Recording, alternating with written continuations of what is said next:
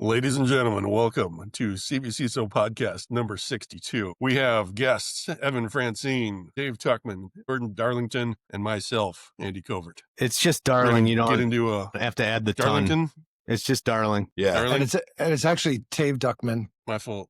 Dave Duckman? Yeah. Exactly. Yeah. We'll get those edits for next week. Your pet name for Jordan isn't his real last name. We're going to go into pet names. AI adult.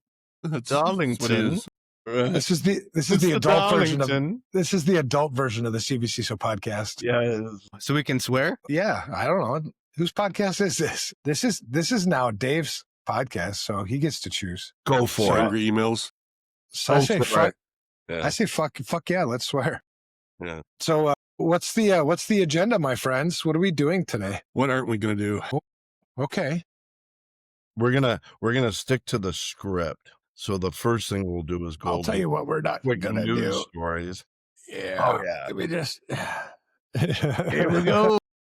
This is the adult version. Yeah. You might want to excuse the kids from the room right now. NS. What does that stand for? Not safe for work. Not safe for work. I didn't even know that. Okay. No, not safe All for right, work. you security professionals, take your laptop to your car and buckle up. Laptop. Don't people just use their phones now? I suppose. Yeah. Buckle up your phone. It looks so unnatural to be taking your laptop out to your car as opposed to just like taking your phone out there. Like, hold on, bring your desktop computer out there. Bring your desktop computer with your power adapter, so you can plug it all your shit in. What the hell's Evan doing? I don't know. Don't look right. Yeah. Want to know? Having a lunch meeting in my car. Yeah. Give me 30 seconds. I'll be back. Okay. Now, do we want to go over some news articles real quick? Yeah, let's get serious. I'm tired of the fucking around, Fair enough. And for headlines, Okay. are we allowed to use that as the name for it, headlines? Because that's probably We like get sued. copyright. All right. Who's starting? Give us a headline, Dave. I'll go first. I wanted to, and we will drop a link to this article in the chat or in the YouTube when it comes out. But earlier this week, a 0-day exploit for WinRAR was announced. So just as a heads up to anybody that is using it, or if you have a client, a friend, a partner, your organization using it, you should check this out and make that 0-day go away. Patch Dude, that. hashtag trademark that. Yeah. Make that 0-day go away. We're I love on it. stuff here. I like that. You're like a creative musician-y type person. The lack of sleep is an important ingredient in that too. All right. I don't know if you guys ever heard of a company called CyberCX? No. Well, it's not like super popular in this part of the world, but Accenture this week acquired CyberCX for $650 million. You know Accenture. You know Accenture is, right? Yeah. So Accenture announced their largest ever cybersecurity acquisition, purchasing Australian cybersecurity firm CyberCX for around 1 billion Australian dollars, which is like 37 cents, I think, in US dollars. I don't know. I live in Mexico. Pesos, it's like 67 pesos, maybe. I don't know. According to, it's a lot of money though, you guys. Yeah. So it's a big deal. Hands. Does it say what they do at Yeah, all? CyberCX employs approximately 1,400 staff and operates across Australia, New Zealand, London, and New York. So they're a consulting company, an information security consulting company. 1,400 staff members. Have you ever worked with anybody in Australia? Cybersecurity? No. Okay. Australia. I have limited experience. One of the companies I worked for was consulting, had their global headquarters in Melbourne, I think, or something. But anyway, I guess it's a big deal. Accenture's cybersecurity footprint in the Asia Pacific region is now, I guess, dominant amid what they say, and this is amid their rising cyber threats. So thank you, Accenture, for saving us from these rising cyber threats. I'm sure this has nothing to do with making lots of money. No, it's all about the security of Australia. Yeah, but particularly following attacks against, I don't know, in that part of the world, there's been some major attacks against like Optus, Medibank, Qantas, that's the airlines. But this is the 20th cybersecurity related acquisition by Accenture since 2015. Wow. Accenture's got a storied history. Do you remember Sarbanes-Oxley? Do you remember like the Enron debacle and all that stuff? Yeah. Enron was that public company, all kinds of accounting and fraud stuff and whatever. Well, I don't think it was called Accenture at the time, but I think that was their CPA firm. So Accenture started out as a CPA firm. Okay. And so they renamed themselves, rebranded themselves, and they're still like the biggest, one of the big four accounting firms in the world. But in order to diversify and, I think capitalize on opportunity, they started a cybersecurity consulting practice, I don't know, maybe 15 years ago, 20 years ago. And they've become a big dominant player. So anyway, they acquired CyberCX. Well, that's interesting. I wanted to bring to the table. I snagged a article that Dave shared on LinkedIn that I thought was interesting. It's called "I Sold My Face to AI for 1,500." What is that? Euros? Pounds or Pounds? Is it euros or pounds? So it looks like that L. It looks like an F with a. I think that's pounds. That's pounds. Okay. Sorry to our British fans. And I did not sleep at a Holiday Inn last night, so I could be incorrect. But so here's the story. So there's a documentary out there titled the AI Face Trade, directed by Liverpool filmmaker Sam Tullen. It explores a cautionary scenario involving a young woman referenced only as Lucy, who sold the rights to her likeness to an AI company for £1,500 and now deeply regrets the decision. How it happened: in September 2024, Lucy received a direct message on Instagram from an AI startup she didn't previously know. Intrigued by the idea of becoming an AI model, especially after seeing celebrities like Kendall Jenner do the same, she signed up for the offer. The deal and its consequences: she submitted she submitted multiple video recordings to train an AI version of her face and signed a complex contract, which she later says she struggled to understand. Crucially, the agreement gave the company extensive control over her image, including the ability to use it in paid advertisements indefinitely. Lucy expresses deep regret. She said, "I thought it was a quick way to make some money, but I massively regret it.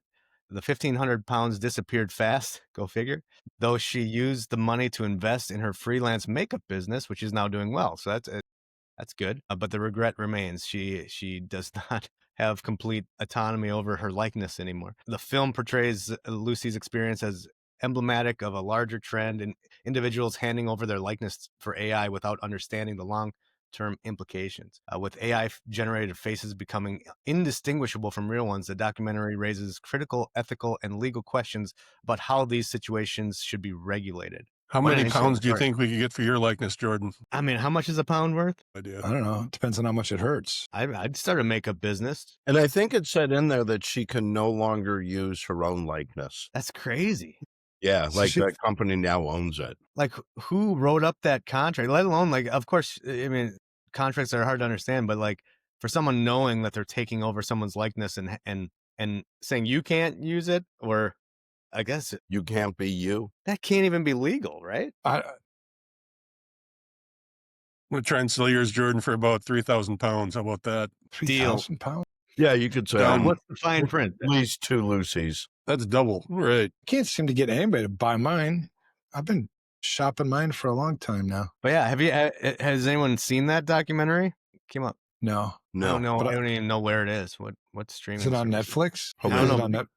Be careful out there, boys and girls. Distribution like YouTube or TikTok. Well, my dad always used to tell me that stupid choices have consequences. So Lucy, I'm sorry, but that was a shitty choice. I mean, for 1,500 pounds, I mean, if you're going to give me 1.5 million, 15 million pounds, okay, maybe, but that was a stupid choice. You know what I mean? She obviously didn't think that through. And the way it's funny because you can kind of see, like, the way she looked at it was she was an AI model, but if you think about it more, like, if that was truly what the contract was saying, then you would think it would be, you get paid to build the whatever, the face, and then you get paid every time they use it. Like, you'd have to be like, if that should be your model now. They have your likeness, but it's somehow an extension of you. You get paid for and included and make decisions on what it actually gets used for. That could maybe be a thing. But so I converted it, in 1,500 pounds equals $2,035.54. Lucy went cheap, man. That's not enough. Well, I think one of the lessons learned is if there's a contract and you don't totally understand what's in it, have someone help you understand what's in it before you sign it. I've told my kids that. Read everything. Yeah. Or have somebody you trust read it, Yeah. Yeah. Yeah, Jordan, I you don't can know. trust me. A part of me feels kind of outraged by it, but a part of me feels like, I mean, that shit kind of happens to stupid people. I mean, it was a stupid choice. Yeah. Maybe I'll have to find another career outside of modeling now. Mm-hmm. No, we have to. know? Yeah. You're gonna get sued if you use your face for anything else. Yeah. And I think I wonder if she's last like time I legally checked, liable if she goes outside. the last time I checked, I think there's like 6 or 7 Cover it up. additional 6 or 7 additional occupations you can do outside of modeling. It's maybe 8. That many? Wow. Well, yeah, you could be a cashier. Yeah. You could open Cashiers a still daycare. exist? You could do a daycare things. You could stuff. I don't know. It's not my I mean, problem. if you I were didn't sign the a contract. veterinarian, the animals wouldn't really understand the contract. They wouldn't even recognize her. They'd be like, wait, is it you talking or is that AI lady I just saw yesterday? Yeah. Well, No. you got to think $2,000 to start your makeup business. I mean, that doesn't seem like that would get you very far, though. But she says it's doing well. Is makeup expensive, Jordan? Yeah, the type I use is. Yeah. The good stuff. Yeah. Speaking of that, like I said, I'm going to be seeing plenty of makeup today because I'm going shopping with my wife. I tried to point out, like, we went to the pharmacy like earlier this week to get something else. And they had these locked up cabinets. And I was like, oh, that looks like the kind of stuff that my wife likes, like the expensive-y face things and stuff. And so I was like, Marlis, they got your thing here, your stuff. And she's like, what? I'm like, yeah, it's locked up over here. Come on. So she comes over and she goes, I don't buy any of this shit. I'm like, oh, okay. You're just looked so like excited. I know. I thought I was helping. I was like, look at this cool stuff. It's like, I don't even know the names of it. You couldn't even pronounce the names, but she was not impressed. She was more like, just shut up and stop trying to help. So Hold the bags. Stick to Yeah, carrying just- the bags. just hold the Stick bags. to being a laborer. Yeah. And then she's like, and when I want your opinion, no, wait, I'm never going to want your opinion. That's what she said. That's So- love. Yeah, man. I mean, we know our places. Yeah. Who else has got another news story? What do you got, Toddy? I've got one here. Looked one up. It appeared on Wired.com. The first federal cybersecurity disaster of Trump 2.0 has arrived. The breach of the U.S. courts records system came to light more than a month after the attack was discovered. Details about what was exposed and who's responsible remain unclear. There were a couple of reports that it was Russia. Basically, the attack happened on July 4th, of course, Independence Day. I didn't hear about it much. This is the first I've heard of it. But New York Times and Politico reported that it was Russia involved in perpetrating the hack, though that has not been confirmed, and there are very little details out on it. May have impacted criminal dockets, arrest warrants, sealed indictments. Ooh. Jeez. And informant names. Yeah, because all Yeah, those that's sealed big. indictments, there's like really big shit. And there's speculation that it's so important that Trump might bring it up in his upcoming meeting with Putin. Right. They're meeting here coming up. So it's this one's a really big deal. It's the PACER system, which is like all the legal dockets and shit. Wow. For the Yeah, I federal wasn't justice familiar system. with that one. Man. Yeah. So I talked about this one yesterday with a friend. I don't know. Part of you is like, it's another breach. I mean, you read about them all the flipping time, Part of you is also like, well, that really sucks for whoever's got their information in there. Sealed documents, indictments, arrest warrants, possibly information on confidential informants, certainly documents and things that aren't intended for public. Right. The breach was across at least 8 judicial districts. So it's confirmed that it actually that the data actually leaked out. They haven't disclosed who got it, even though they think it's Russia. Right.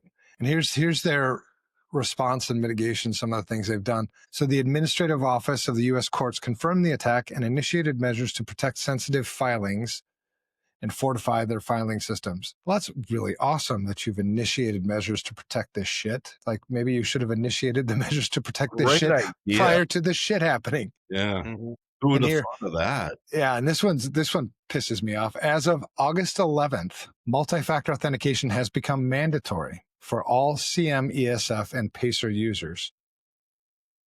Like, why why does it take shit like this to happen before you understand the importance of multi-factor authentication and accessing any system that contains sensitive information? And certainly these systems, Pacer system is connected online on the internet. So now you decide that it's mandatory to have multi-factor authentication on that system? That's insane. I don't understand. Yeah, lawyers piss me off. Some courts have reverted to paper filings or secure submission channels. This is secure submission channels, like Pacer was supposed to be your fucking secure submission channel. The shift is already in place in jurisdictions including Washington State, Florida, New York, Maryland, and Virginia. Additional protective protocols are being rolled out for high-risk cases, including holding sensitive filings off the primary CM/ECF system. These special measures. Unreal. These special measures aren't even special. They should be everyday measures that if you don't have in place, you're negligent. The fact of the matter is that data, when you talk about, some of the data that's in some of these sealed documents and these indictments and warrants and everything, that's not the government's data. That data belongs to somebody. You're supposed to be a steward of that data and use it responsibly. How is it? It just pisses me off. This is our federal government. Some of the most sensitive data, some of the most sensitive public related data, meaning it's not related to military operations and stuff like that. But yeah, it's a big deal. I would be super pissed if my data was in any of that, which it might be. Who knows? Well, just the concept that we're more than halfway through 2025. And because this happened, now MFA is required. Yeah. Before that, nobody was thinking about this. Nobody was like, you know what? Maybe we should put multi-factor authentication on that. And then somebody else would be like, well, that's so inconvenient. It'll never happen to us. Well, that's the thing. It's the same bullshit excuses that people use over and over again. They want the data, but you don't want to be responsible with it. Like one of the biggest pushbacks on MFA is that inconvenience. But when you put it into perspective of what that system was and what it was storing, you would think how often are you going, how much of an impact in your day when you have to go access that stuff versus other things that maybe are a daily. Well, this is how I want 5 seconds, this is how I wish consumers, customers, people affected by this, I wish they would be I don't give a fuck if it's inconvenient. It's not your data. Right. It's my data. So inconvenient, then don't collect it. That's the thing. You collect a lot of this data without my consent. You might collect it and there was a license agreement I clicked or something, or terms of use or some shit. Nobody reads it. Nobody can read it. Nobody understands it. I need a lawyer to look over that crap. And that's your out for being able to do stupid shit like this. But I would love to see more people just take a stand no, that's enough. Stop it. Mm-hmm. I don't care if it's convenient or not, especially when you're talking government systems. It's not like this is a for-profit enterprise where if they don't get this stuff done, then the stock price is going to fall or something. So yeah, it's ones like this that always torque me. As of August, when I read this, as of August 11th, 2025, multi-factor authentication has become mandatory. Imagine that. 2025, August 11th. I don't know. Lawyers piss me off because that's behind all of this. MF&A. So thanks for bringing that one up, Mastardi, because that's definitely one that torques me. Yeah, and I wasn't familiar with that one, so. And even I never did either. Just did a quick search. Yeah. And what are the consequences going to be for that? That's another thing that I'm doing a series right now on accountability in cybersecurity and how it's either missing or it's broken. And who's going to be held accountable for this? Anybody? Nobody. Exactly. Nobody's going to be held accountable. It's just another day. And most taxpayers we all work in the industry and 3 of the 4 of us didn't even hear about it. That's how quickly buried this stuff can become. And it's intentional. We all have short-term memory. So, in a few weeks, even if you did know about it in a few weeks, you'd forget about it, except for the people that would suffer from the breach. Well, and how quickly you can just gloss over their response too.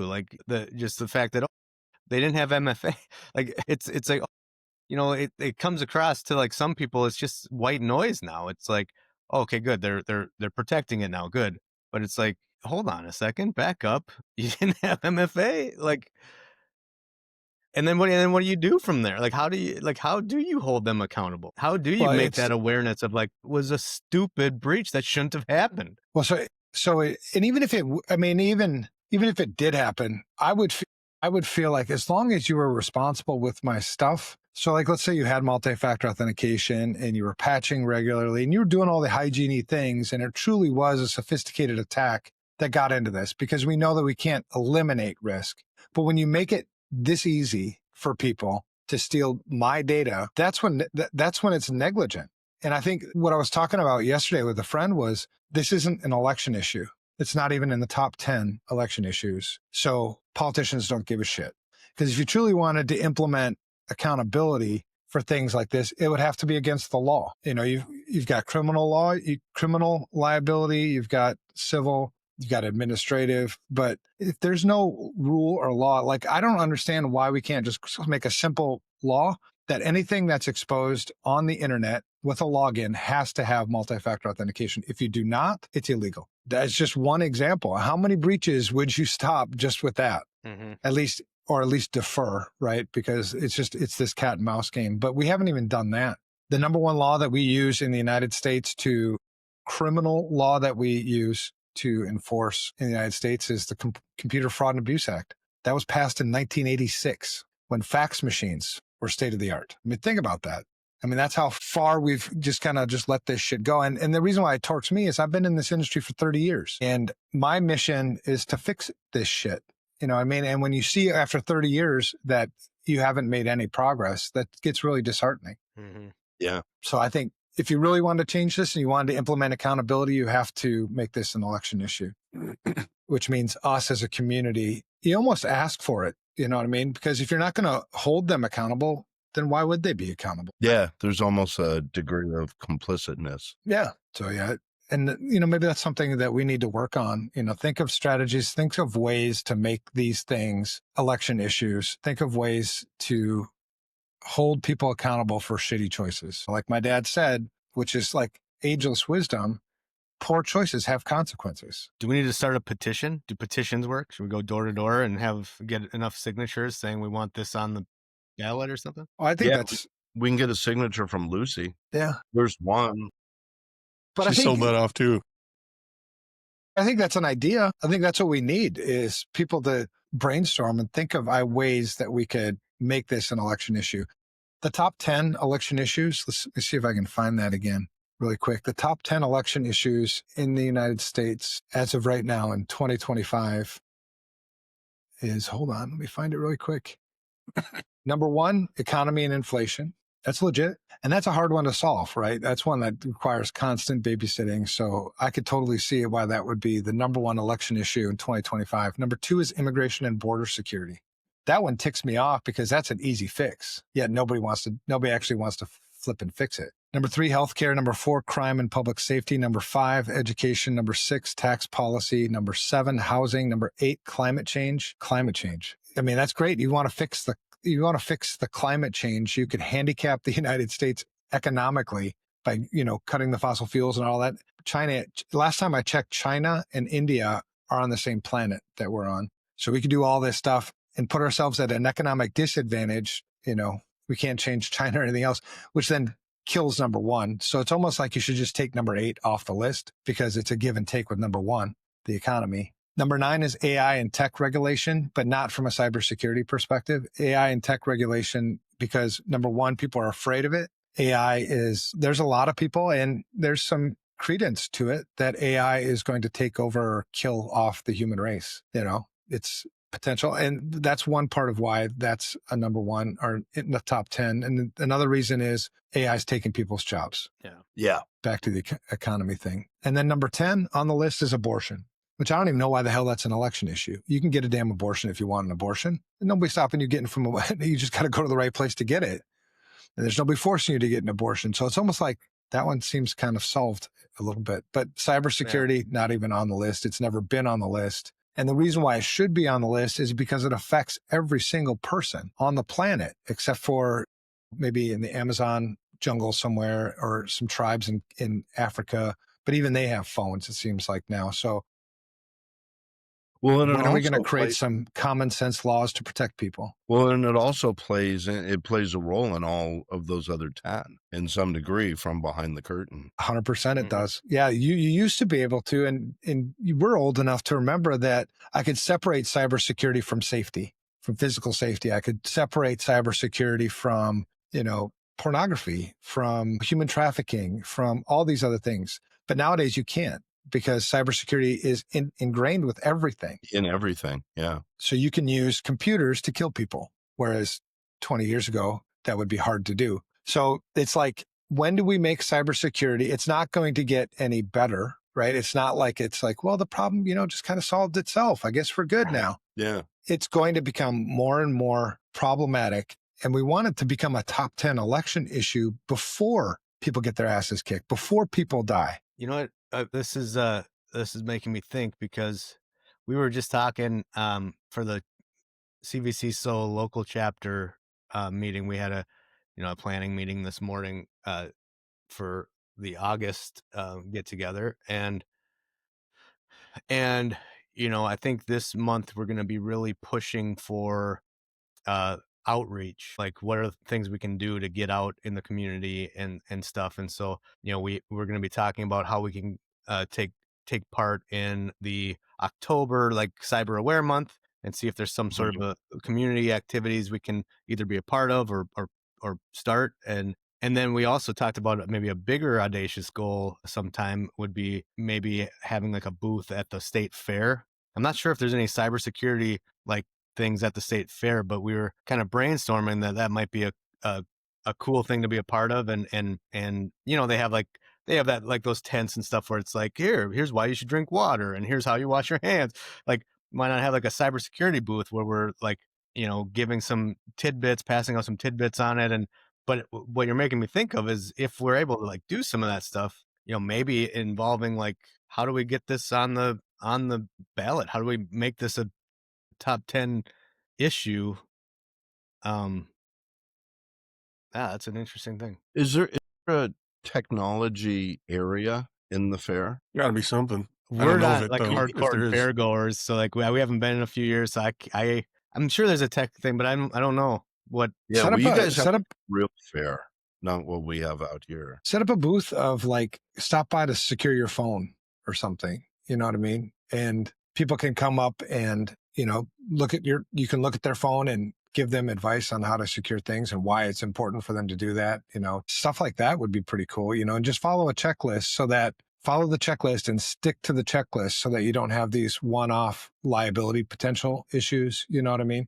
Mm-hmm. And because then if somebody claims later, it's probably not going to happen, but if somebody claimed later on that you broke their phone or something, you could, no, we just followed this checklist. There's nothing on this check. You broke your own damn phone. You know what I mean? But that way, because I think a lot of, especially the older generation, would appreciate that. I think a lot of times people are very intimidated to ask other people for help.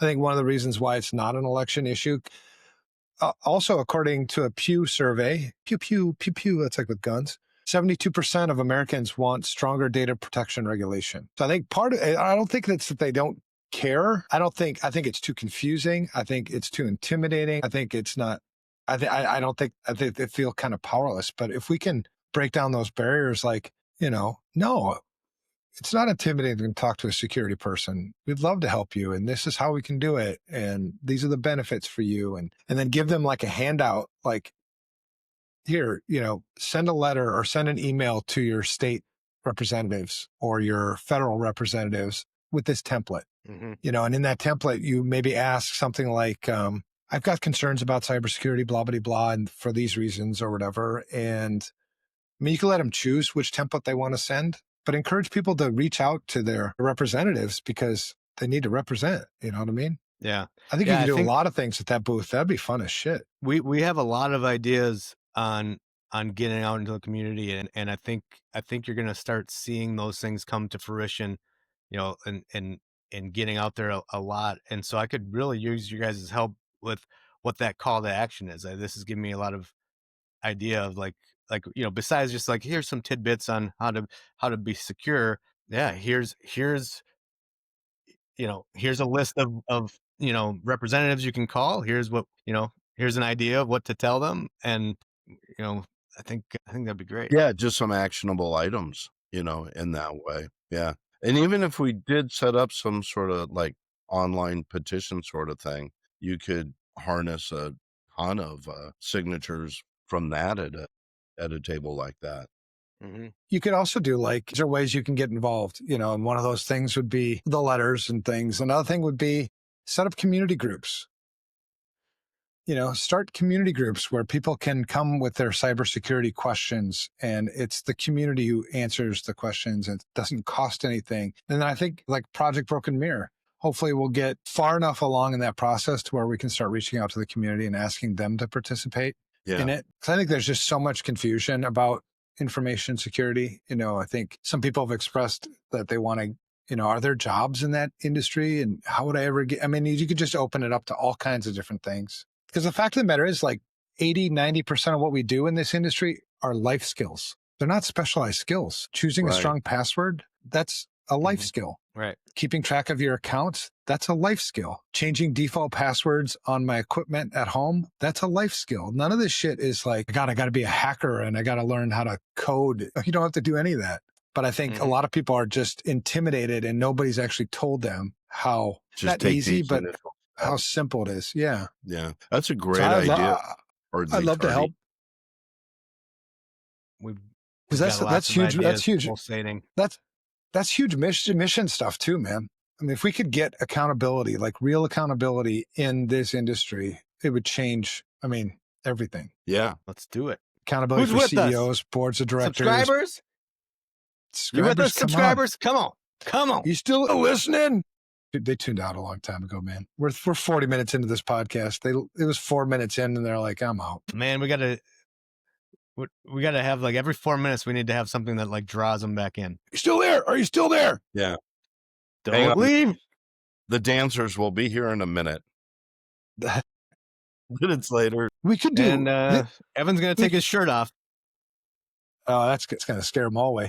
But we could do that. We could plant Easter eggs in our podcasts. And then as people create a contest, and then after 6 months, the one with the most Easter eggs gets something. That's a great idea. In fact, if you can find the Easter egg in this episode, you'll get a sticker. Create the rules for what the Easter egg is so people know what to look for. Yeah, but you got to watch this one all the way through to know what we're talking about for the forthcoming Easter eggs. And you might need to slow down the speed, 0.5 speed. And play it backwards. Easter egg. He just gave you a big clue, listeners. Big clue. Yeah, that's all I gave you. I'm not giving you anything else. I'm tired. It's Friday.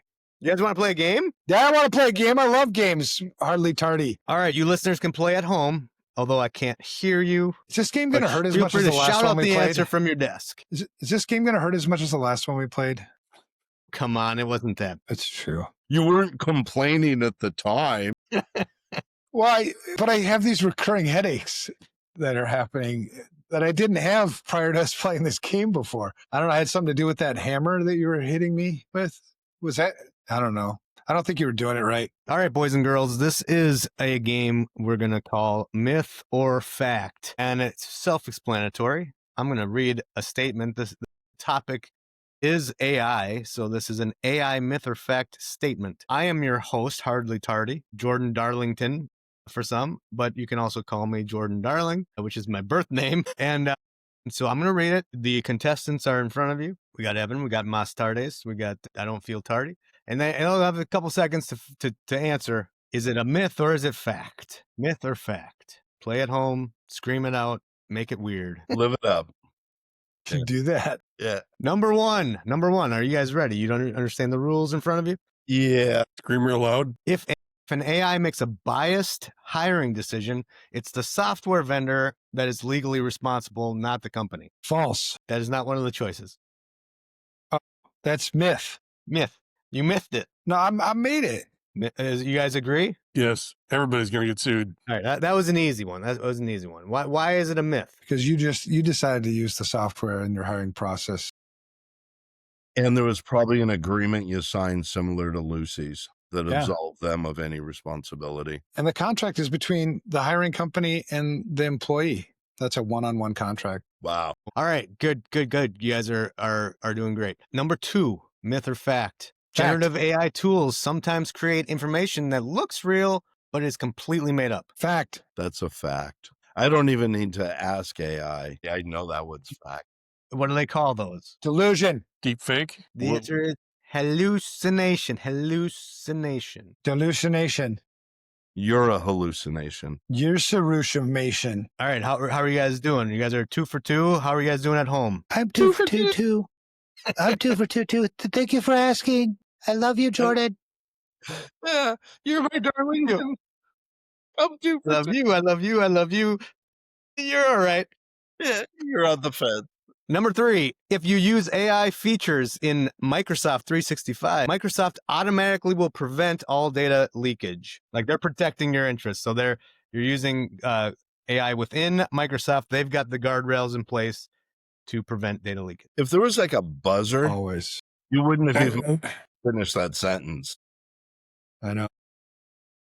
Do you want me to repeat it? Just Sure. So myth. Yes. Yes. Microsoft doesn't give a shit about your things. I went there. Sorry. My bad.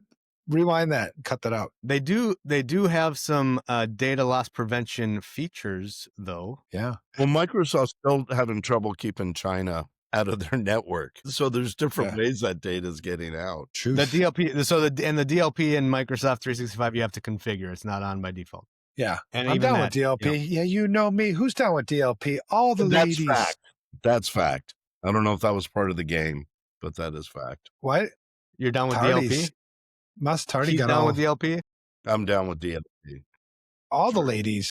Yeah, you know We're me. down with DLP. All right, training next one. Training an AI model always requires collecting new data from scratch. No, there's different kinds of trainings. That's a myth. But all that training would still be data, one way or the other. Yeah, but it doesn't have to be new data. You can create new patterns out of existing data. But I mean, the way they actually do, that's like a tough question because the way they actually do it. I have an issue with the question. Yeah. That's fine. Discuss. I would like my money back. Well, is it if it's new data to the LLM? I mean, it could be old data that's scraping, but it would be new data to the LLM. Right. But the LLM can find new patterns in existing data without having to accumulate more data. But that's not, when you ask ChatGPT that question, ChatGPT is going to, I mean, in reality, OpenAI and all of them use new data, and that's how they justify, the constant accumulation of new data. So I think ChatGPT is going to say it's true, but I think in reality it's false or myth. So that's why I don't like the question either. So Damn it. Myth. The answer is myth. Oops, my phone's ringing. Hi. Go to voicemail. All right. Hello. It might be one of our listeners. Jordan's not You're here. calling in. Let me answer it then. Dude, see if Hello, see you're if on you can, live with CvCISO podcast. see if you can buy their image. I got 20 pesos. We will pay you 20 pesos for your likeness. Yeah. What are we going to use it for? Doesn't Don't matter. worry We're about buying that. it. Yeah. Don't you worry about that. If we own it, we can use it forever we want. But okay, yes, you are right. Models can be fine-tuned on existing data sets or synthetic data. So I there agree. you go. Okay. Go. You have a comment? No, I appreciate you and the work you're doing. All right. Next. All right. What are you guys at? Are you guys at 4 for 4? I'm like at 100. I think I got that last one wrong. But it's under contest because I don't like the question. Okay. 3 for 3. And you're good, man. AI models can sometimes, and models, we don't mean like Lucy. Okay, I'm recalibrating. AI models can sometimes memorize and reproduce sensitive information from their training data. Shit, what? Fact. AI a models fact, can yeah. sometimes memorize and reproduce sensitive information from their training data. Yes, fact. All right. Let's skip down to the harder ones. Hey, Jordan, what's your phone number? 5. Get out of here. Let's see. How about this one? Okay. I'm going to say bowel movement. Was that a bowel movement? It sounded like a bowel movement. Fact. Yeah, Fact. You got it. If an AI model is open source, it's automatically safe to use for sensitive business data. Myth. Myth. That's a myth. Yeah, you get that right out of here, pal. But it's open source. Of course it is. Not up in here. What's the line? If you're not the customer, you're the commodity. Yeah. For There Lucy. it is. Yeah. All right. An AI-generated piece of work cannot be copyrighted by a human if no human creativity input was involved. How do they offended by determine your if question. human creative input was involved? I'm offended by your question. So an AI-generated work cannot be copyrighted by a human if no human creative input was involved. Yes. Now that's Are a there myth. even laws that stipulate that yet? There's It'd still be attributed to the human, whoever the human is that either created the AI or prompted the AI to make the image, and then it would be copyrighted because any new art or work of art has an implied copyright. But then there's also like the filed copyrights. So I don't know. would they have to go back and look at what the prompt was and decide if what you put was meaningful enough? Yeah. Maybe. Or would you be copywriting the prompt? We'd have to ask a lawyer, and I'm not doing it. So I don't you wanna guys go ask. there. I don't want to talk to a lawyer. Wonder if Lucy knows. And now Lucy, obviously, I don't want to talk to Lucy's lawyer either. this is saying that it's fact in the U.S. works without meaningful human authorship are not eligible for copyright protection. This is coming from. This could be a hallucination for all I know. Let's see. This is coming. They're pointing to a decision called the Zarya of the Dawn. That sounds real. That Dave's doesn't stage sound name. like hallucination at all. That sounds U.S. like a Copyright sci-fi Office. movie. Do It I get a exists. lightsaber with this? Yeah, this is from copyright.gov. What does the government know? They can't even protect their damn data. Yeah. At the very end of it, does it say on the government side? Does it say tee? Now with MFA. Jake, It says, "I'll bring home the bacon, bitch." Did we win? Last one. Okay. It looks like it's a tie between you and Maz Tarde and Go for it, also Maz all of the Tarde. listeners. All of the listeners are 100%, All right. including Lucy. Way to go, If Lucy. AI produces a harmful or offensive output, the company deploying it can be held liable. wow. Depends if they own the AI, but yeah, that's true. No, wait. So- What? Say it again. If I'm going with- AI produces a harmful or offensive output, the company deploying it can be held liable. Company deploying it. Yeah. Evan's got a good point of whether it's like a public AI or one being developed by the organization. So like Dave, you use Copilot, right? So and that's you probably have access to it through your company, right? Would that be kind of the case where it's like if you got something from Copilot that was integrated into your your business applications and it was determined that it was harmful or offensive to you, Yes. could You you would be hold liable. the company liable? Yes. Yeah, no doubt. Because people can get offended here quickly. No. Trust me. I've never met an offended Californian before. Yeah. They didn't used to get offended. When I was a kid, California was like easy going, man. Like surfs up. Surf's up. Give me the doobie. Yeah. Now they're offended by the low waves. Yeah. Offended by Yeah, the sun. Offended by the sun coming up. Too early. Stop that. That's an interesting thing. Like, and would it matter the prompt again? Like, what if you prompted it to give you something offensive? If you're in the chain, like you used AI and AI gave you some shitty, harmful result, and then you took that and served like a customer with it, yeah, you're absolutely can be held liable for that. Well, there you go. There you have it. That Well, is our we- myth. In fact, Was it fact or myth? fact. So yeah, according to this, depending on your jurisdiction though and use case, companies can face legal, reputational, and regulatory consequences, In your face. according to FTC.gov. And today you're in my jurisdiction, Bitch. bitch. Well, that's it. Thanks for playing, everyone. No, thank you for that was a fun game. I want to do that again. Are there prizes? Bring your face closer to the screen. I'll No. give you a kiss. This is not a prize. I don't want your prize. Do that again so I can hit print screen. That's the optimal. Donate your prize to charity. But see now, is that offensive? Like Is what? kissing my camera? Is someone going to think that that's offensive? Like, Well, do I that's the have to thing. consent? Better lawyer up. In the I United need States, consent to kiss the camera, pretending that I'm kissing you. in the United viewers States, you at can home. sue. You can sue anybody for anything. So then when you say, like, can you be found liable? Well, yeah, if you can convince a court. In civil stuff, it's preponderance of evidence. So if you can convince a jury or a judge, yeah, you can be held liable. To find a jury of 12 Lucy's. Right. I mean, they held, like, think of like the McDonald's hot coffee, right? The lady. Remember that? Yeah, the lady hot coffee, because before that, we didn't have to have those stupid warnings on all the coffee cups. Like, may be hot. It's like, yeah, no shit. It's coffee. Right. But somebody burned themselves and was able to find, McDonald's liable for something that seems so damn common sense, but they were able to convince a judge and a jury. So, I mean, from that perspective, My coffee it's on like, myself and hold this podcast liable. Yeah, because the podcast didn't warn me ahead of time that coffee can burn me. Yeah. Remember when may not Seinfeld want- did a spoof on that? When Kramer yeah. was suing for the coffee, and Yeah, that's he got this Chinese balm to heal the burn or whatever. So then, who told you to put the balm on? Because he lost the case because it healed miraculously because he put Chinese balm on his burn. Yeah, could have gotten rich. Mhm. Could have made more money than Lucy. All right, is that a wrap, Moss Tardy?